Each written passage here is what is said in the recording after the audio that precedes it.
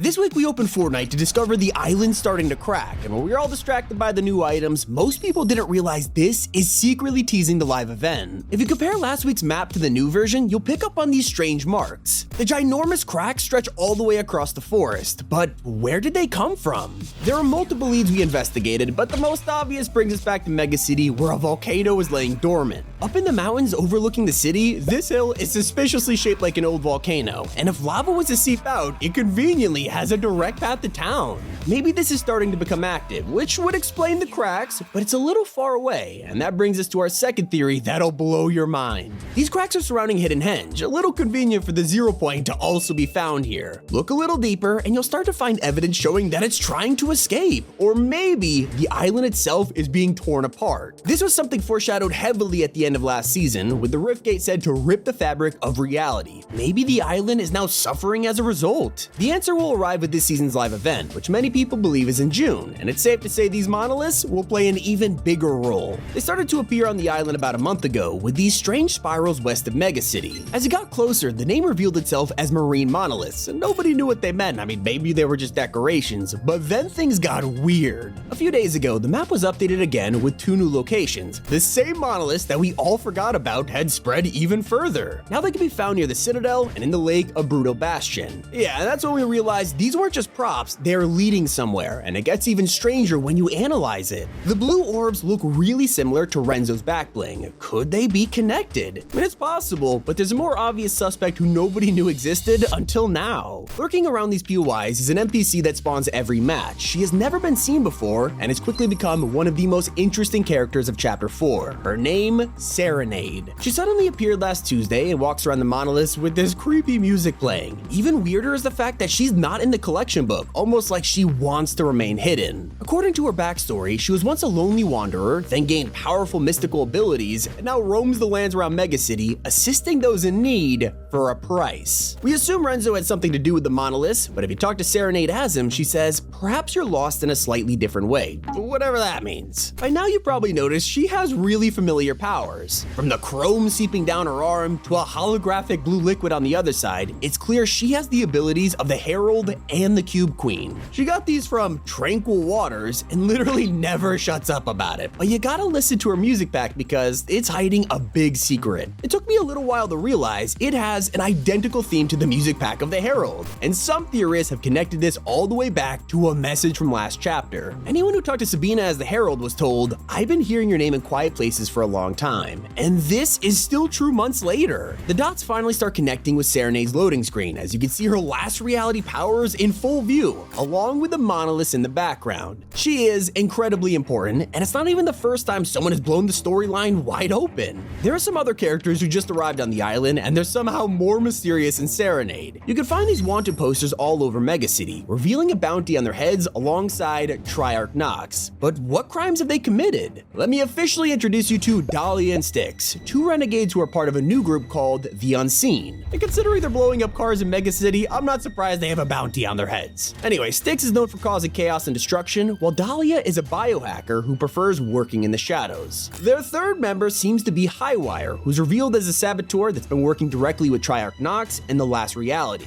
It doesn't seem like she has much influence over the group, because Styx only listens to Dahlia. The rest of the Unseen also talk to him. If you approach Dahlia as Triarch Knox, she says, true empires are built quietly in the shadows, and Styx asks, someday buddy you gotta tell me where you're from, so they actually don't know much about him. This means he's manipulating them into helping him with his plan to destroy the Fortnite Island, and Mystica, the leader of the Luminaries, thinks they're fools for falling for it. So what is Triarch Knox's plan? Control the 0 point, or total annihilation of all life in Reality Zero? It is one of the most important mysteries in Season 2 that'll likely be solved in the live event, but for now, let's take a look at all the clues hiding in plain sight. He's hostile to all, friend to none, and now that he's the crew pack skin for April, we have learned way more about his origins. The codename for the set is 3 Chiefs, which confirms the original theory that his name was Latin for 3 rulers of darkness. His original plan was to get everyone on the island to fight each other in an inter-syndicate war. It would have been the perfect distraction while he worked in the shadows. Well, they've all teamed up, and he has to change his strategy. The Unseen are fully on board, so maybe he'll use them to create chaos in the city and continue his work. But the reason he's here is because of the rift gate that transformed the island at the end of Season 1. It was meant to bring someone known as the Shapeless Man to Reality Zero, but after getting sabotaged, sabotaged and instead brought the Peace Syndicate and Mega City. Triarch Knox, a villain of the last reality, managed to sneak through the portal just before it got too unstable and exploded, the remains of which could be found at the Rift Warden's tower near the Citadel. Nothing else happened since the gate exploded, and the Oathbound in general has gone completely missing. They are nowhere to be seen in the story or on the map, but some NPCs still acknowledge the Ageless as the true ruler of the Citadel. With the Rift Gate destroyed, we still have the mystery of who the Shapeless Man is and why the portal was built in the first place. The most obvious theory is Geno, as the Oathbound were the first version of the IO, so it makes sense to get in contact with them to help him bring him back to life. Since he was killed off over a year ago, he has been slowly rebuilding himself, and this was meant to be his grand return, except it went horribly wrong. Now if Geno does come back, he'll be faced with an island that's already at war, and things are about to escalate. Fighting for control are the Syndicates, the Oathbound, and the Last Reality, and that's before we even talk about the fourth group who could be responsible for all of this and nobody even knows they exist. They are located in the frozen biome of Brutal Bastion, and if you hadn't noticed yet, this place looks way too refined and temple-like to actually belong in the ice biome. That's because it's the headquarters of a society named the Reality Warriors. It sounds like they protected the island for a long time, and nearby in the forest, they're the ones responsible for hiding the 0 point in a vault. Unlike other groups, these guys feel very ancient and religious, but if they've been around for so long, what happened to them, and where have they been this whole time? The main theory begins to reveal itself when you compare their architecture to the Sanctuary from Chapter 3. They have some very similar buildings. Then you look at their floating orbs, strange circular diagrams, and a statue they worship of an unidentified woman in robes. It's not hard to conclude that these are the 7 from thousands of years ago, just as the Oathbound were. Well, it's almost been half a year since they appeared on the map, and we're still scrambling to figure out who this woman is. Although the clues are out there, during the end event, the Foundation gave us a vital hint. Why does she make me keep saving you?